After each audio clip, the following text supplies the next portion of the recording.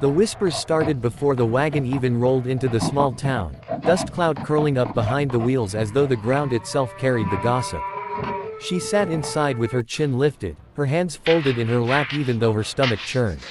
She had been sent away like unwanted stock, traded to a man she had never met, under the pretense of being a bride but in truth, to hide her family's shame. Infertile, they had called her. Barren. Useless to her bloodline. A woman whose worth had been stripped because she couldn't produce an heir. The man waiting for her didn't know the truth.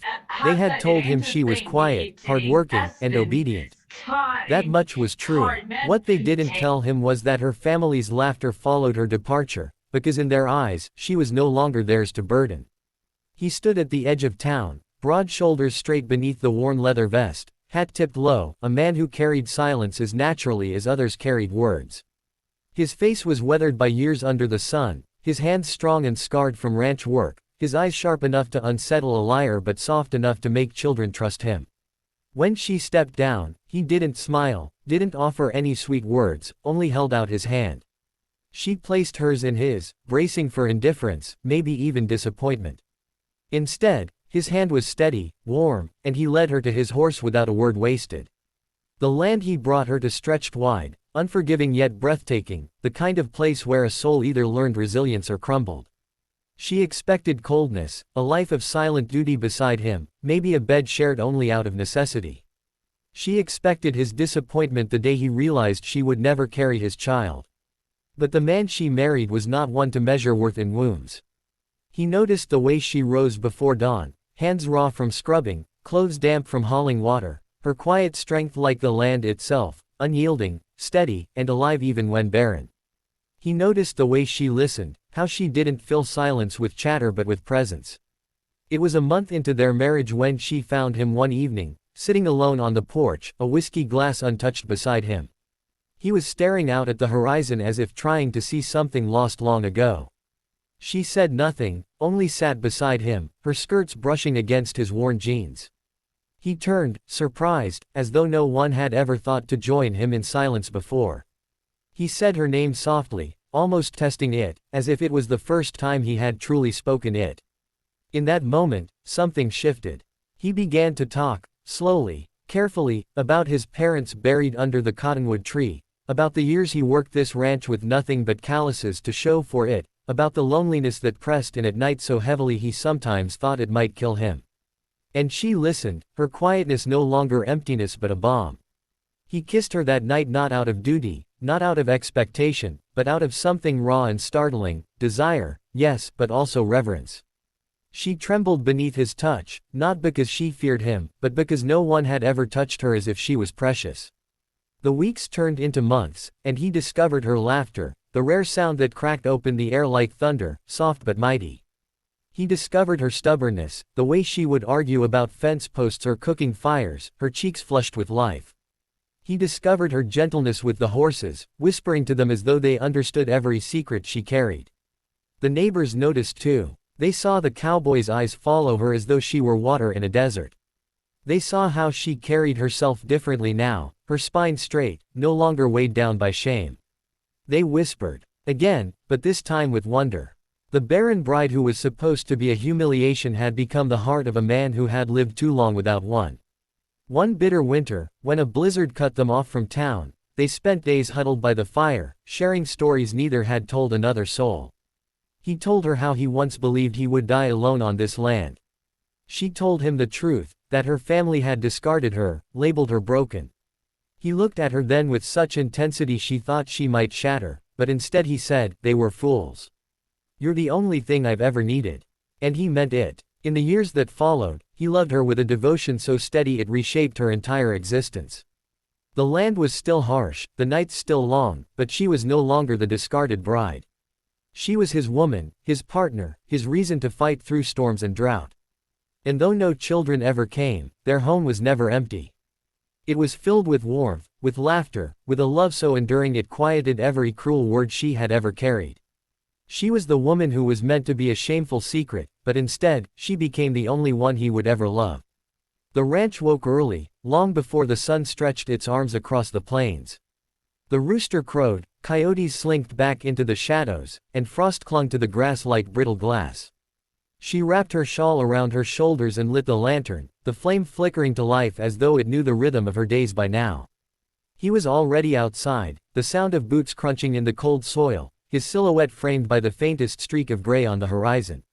She watched him for a moment through the window, how he moved with a purpose that came from years of knowing the land, not from pride. Her hands moved instinctively, setting the coffee pot on the stove, slicing bread from yesterday's loaf, layering bacon strips into the iron pan. The scent of frying meat filled the small kitchen, and she could almost feel his return before she heard the door creak open. He stamped the cold off his boots, pulled off his hat, and placed it on the peg by the door. When he looked at her, there was always something steady in his gaze, as if no matter how rough the world outside was, inside he found his anchor. They didn't speak much in the mornings. He liked the quiet. She liked it too, though it wasn't the same silence she had known before, the one weighted with loneliness and judgment. This silence was companionable, a rhythm of existence shared by two people who understood that words weren't always necessary. When he sat at the table, she placed the plate before him, and he murmured, "Thank you." It was a small thing, but he never forgot it, never treated her work as a given. She sat across from him, tore her bread into small pieces, and sipped coffee while watching the steam curl from his plate. After breakfast, she tied her hair back and pulled on her boots. He raised a brow when she followed him outside, but he didn't stop her. He had learned quickly that she wasn't a woman who sat idle. Together they carried buckets to the barn, where the cattle lowed impatiently. She ran her hands over their rough hides, speaking softly to calm them. He glanced at her, his lips twitching in what, for him, passed as a smile. "You've got away with them," he said once, as she coaxed a stubborn cow into moving along. "Maybe they hear the same in my voice they hear in yours," she answered, surprising herself. She wasn't used to speaking her thoughts aloud, but around him, the words sometimes slipped free before she could stop them. His eyes softened, and though he didn't respond, she felt his agreement in the way he lingered a moment longer, watching her with that quiet reverence. The days were long, filled with labor that left her hands cracked and her muscles aching, yet she found herself grateful for the exhaustion. It left no space for the bitterness her family had planted in her heart. Each evening, when they collapsed onto the porch steps, she found herself leaning closer to him without realizing it, her shoulder brushing his arm, her breath syncing with his. He never pulled away. Winter melted into spring, the snow giving way to wildflowers that spread like spilled paint across the hills. They worked side by side mending fences and planting crops, their shadows stretched long in the setting sun. One evening, as she struggled with a stubborn fence post, he moved behind her, his hands closing over hers to guide the hammer. Her breath caught at the sudden closeness, the heat of his chest pressed against her back. When the post finally stood firm, neither of them moved immediately. She could hear his breath at her ear, steady but heavier than usual, and when he finally stepped away, her knees felt unsteady. That night, he kissed her again, not rushed, not hesitant, but with a hunger that had simmered too long in silence. She met him with equal fervor, shedding the old fears that had once made her shrink from intimacy. In his arms, she didn't feel defective or discarded, she felt claimed, desired, and whole.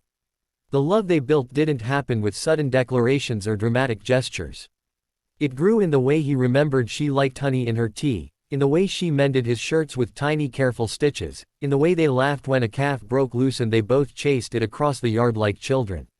It was in the warmth of the fire they shared on cold nights, the comfort of knowing neither had to face the emptiness of the world alone anymore. Yet the whispers never fully disappeared. When they rode into town for supplies, she caught the way women glanced at her with pity or smugness, depending on which story they believed. Some said she couldn't give him a child. Others whispered she was a burden he bore out of stubbornness. The men sometimes looked at him, shaking their heads as though he was wasting his life on a woman who could never build him a legacy. One afternoon at the Mercantile, as she gathered flour and soap, two women stood by the shelves of canned peaches, whispering just loud enough for her to hear. "It's a shame," one said. "A man like him deserves sons. And daughters," the other added, chuckling. "Any child at all." She froze, the words piercing her like old wounds reopened. She lowered her gaze and tried to steady her breath, but when she reached the counter, he was already there, his jaw tight, his eyes like storm clouds. He had heard them too. Without a word, he placed his hand at the small of her back and guided her outside. On the wagon ride home, silence stretched heavy, but not the kind she knew how to bear. At last, she whispered, "I'm sorry." His hands tightened on the reins. "Sorry. I know what they say is true. I can't give you children. I know you never signed up for that." He pulled the horses to a halt so suddenly she nearly lurched forward. Turning to her, he cupped her face in his calloused hands, his eyes blazing with something fierce. "Listen to me. I don't give a damn what they say. I don't care about children, not if it means losing you. You think I married you for what you could give me? No. I married you because when you walked off that wagon, I saw the rest of my life standing there.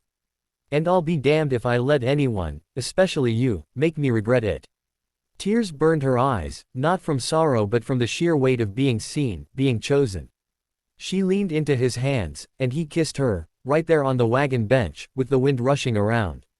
Them and the world watching or not, it didn't matter.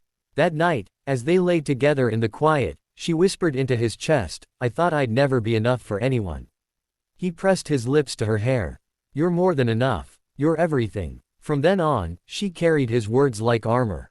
The whispers no longer pierced as deeply. And though the ache of barrenness never fully disappeared, it was softened by the fullness of the life they created together. Their ranch became a place of refuge not only for them but for others. Orphans from town sometimes found meals at their table. A neighbor's widow sought shelter in their barn during a storm, and she wrapped her in blankets as though she were a sister. He often brought home strays, dogs, wounded birds, a colt with a broken leg, and she tended them with gentle hands. Their home echoed with laughter and warmth, filled with a kind of family that didn't rely on bloodlines but on choice. Years passed, marked by harvests and droughts, by storms that tore through the land and seasons that tested their endurance. Through it all, they remained side by side, their love deepening into something unshakable. He aged with grace, his hair graying at the temples, his strength tempered by wisdom. She bloomed in her own way, her beauty not the kind praised by society but the kind carved by resilience, compassion, and quiet fire. And whenever the weight of the past threatened to return, whenever old words like barren or shame crept back into her mind, she only had to look into his eyes to be reminded that she had never been defined by what she lacked, but by what she gave. She had been sent away as a punishment, a humiliation. But here, on this wild stretch of land, in the arms of a man who saw her worth beyond measure, she had become something far greater, the only woman he had ever loved, and the only one he ever would.